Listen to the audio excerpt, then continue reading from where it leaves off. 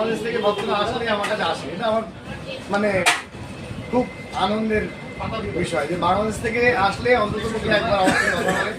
এবং যারা বাঙালিরা বিদেশে আসে তারা এখানে থাকে, আসলে মায়াপুরে আসলে একবার দেখে, এই ভালোবাসাটা আছে। এটাই আমি বলতে চাইছি, এটা আছে জাস্ট মানুষের ভালোবাসা, ভালোবাসা আর কিছু জাস্ট প্রচুর মানুষের ভালোবাসা পেয়েছি, তাও সমস্ত তোমাদের জগতের মাধ্যমে, সোশ্যাল মিডিয়া তোমাদের মাধ্যমে এই ভালোবাসাটুকু পেয়েছি। এটা আমি ডিজার্ভ করি না, কিন্তু আমি পেয়েছি।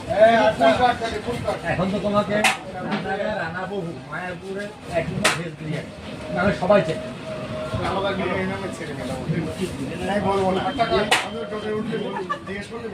আমি তো আসলাম জিজ্ঞাসা করলাম